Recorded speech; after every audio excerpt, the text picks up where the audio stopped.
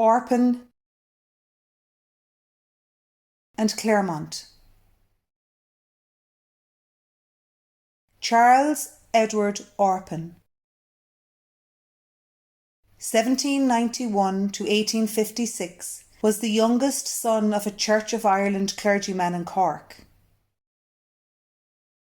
Even though he wanted to follow in his father's and grandfather's footsteps to become a clergyman, his mother persuaded him to take up medicine as a profession. He went to Dublin to study medicine, and after graduating from Edinburgh, he toured hospitals, schools and factories around England. His friend Dr Lee had educated a deaf girl for research purposes. Charles received from him a report on a new school for deaf children in Birmingham. Dr Orpen realised then that there was no such school in Ireland. On his return to Ireland, he visited the House of Industry, Dublin.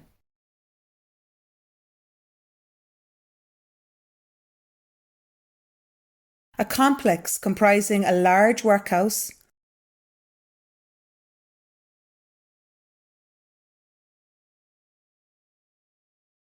orphanages, hospitals, prisons and asylums.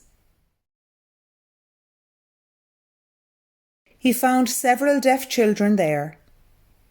Records maintained by the House of Industry did not contain a specific category for deaf people until Dr Orpen's inquiries led to the inclusion of this new classification, whereas they had earlier been listed under lunatics. After inspecting several deaf inmates,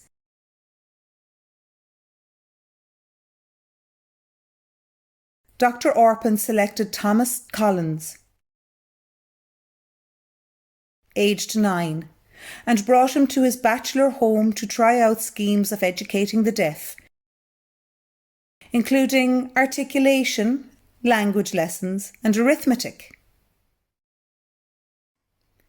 After some time, Collins learned to read and write and to pronounce a few words. In 1816, Collins was being exhibited at a lecture conducted by Dr Orpen at the Rotunda Assembly Rooms, Dublin.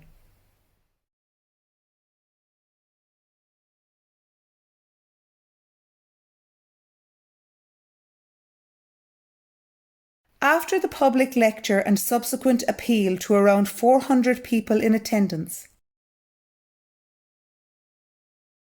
funds and subscriptions were raised, and a committee, the National Institute for Educating the Deaf of the Poor in Ireland, was formed, with the aim of establishing a school.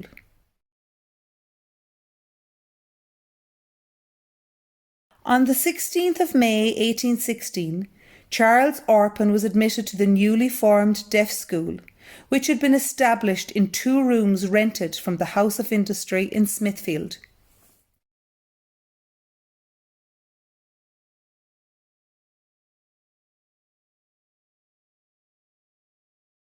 Letters written by pupils during the 1820s for inclusion in the annual reports refer to visits and outings to the seaside, Phoenix Park, botanical gardens, circuses and art exhibitions.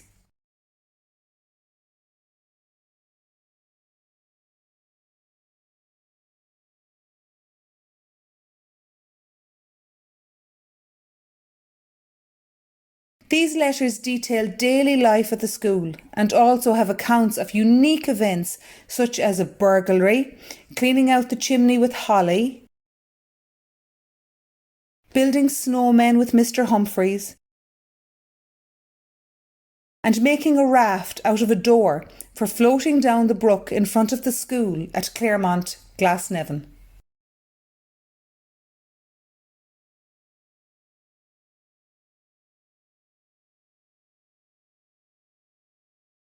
When it came to the system of educating the deaf, Dr Orpen would sing the praises of two eminent educators. First, Pestalozzi, at whose school in Yverdon, Switzerland, Dr Orpen had stayed for 3 months studying their educational principles.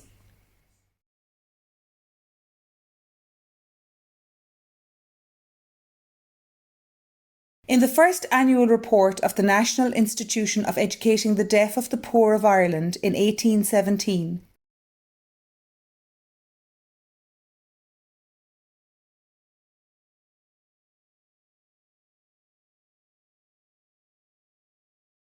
there was a description of the Yverdon classroom fitted out with pictures and objects in order to introduce language to deaf children.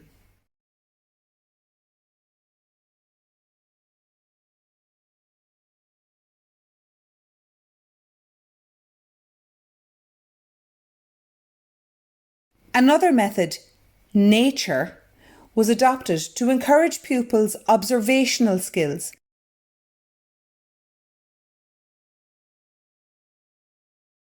and to help them gain experience outside the classroom.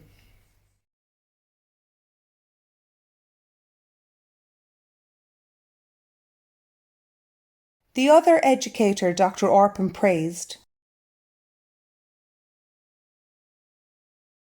was from the deaf school in Paris. This was the Abbé Sicard,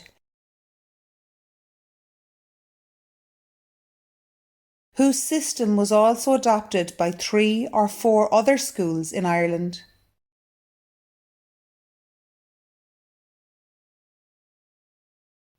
Sicard believed in the methodical system of signs, and books on Sicard's system were ordered for Mr Joseph Humphreys,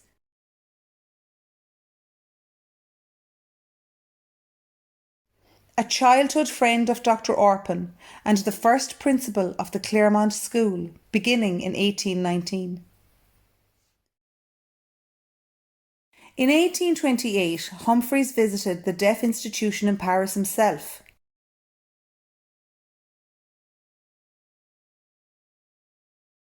And afterwards, the committee commented that they regretted having sent Humphreys to Edinburgh in 1819.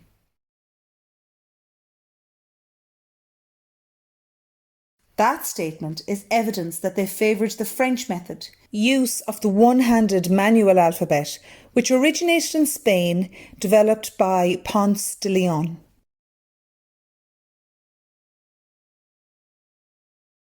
Over the British method, which was used in Edinburgh, where Mr Humphreys had spent 6 months of training in learning the Braidwood system, which used a two-handed manual alphabet.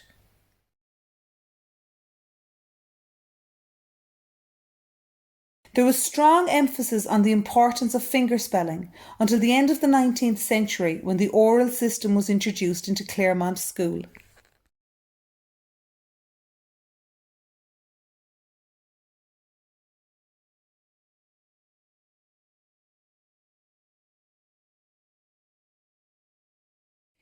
In 1819, to accommodate the increasing number of deaf children from all over Ireland, England and overseas,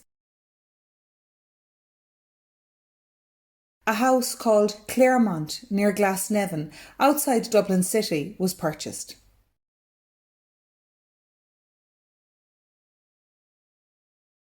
Deaf children, boys and girls from both rich and poor families, were admitted once their applications were approved at the meetings of subscribers.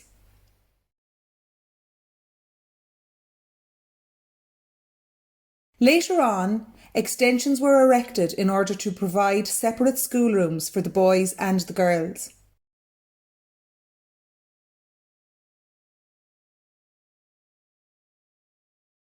Deaf children from rich families were accommodated in the principal's house and received board and education directly from the principal.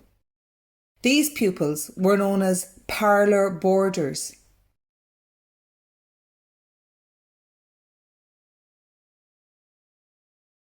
In 1844, the number of pupils admitted to Claremont was around 136.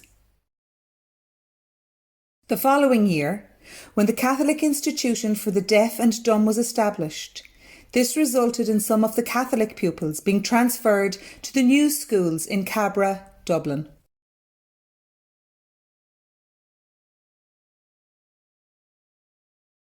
From the 1920s onwards, the Church of Ireland population in the Irish Free State sharply declined,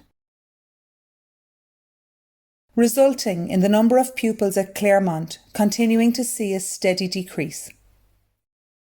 The committee of the Claremont Institution finally made a decision in 1943 to sell the school to the Department of Local Government to be used as a children's hospital.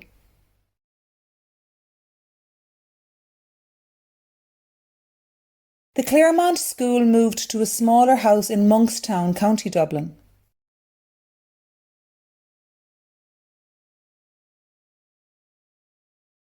From 1944 onwards, the number of pupils varied from between 4 to 6.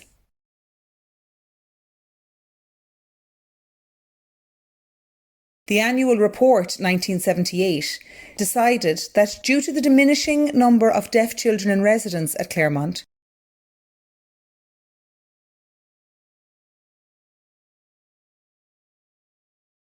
and as the sole teacher of the deaf had moved to England, the Claremont School was to be closed down.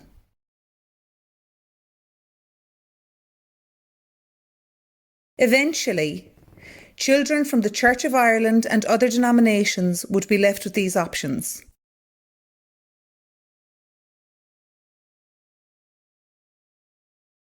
One, transferring to the Cabra schools for the deaf. 2, going to Beach Park, Stillorgan.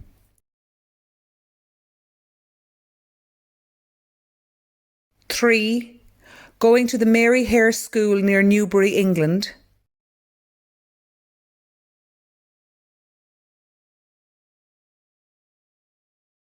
4, they could be mainstreamed in their local schools.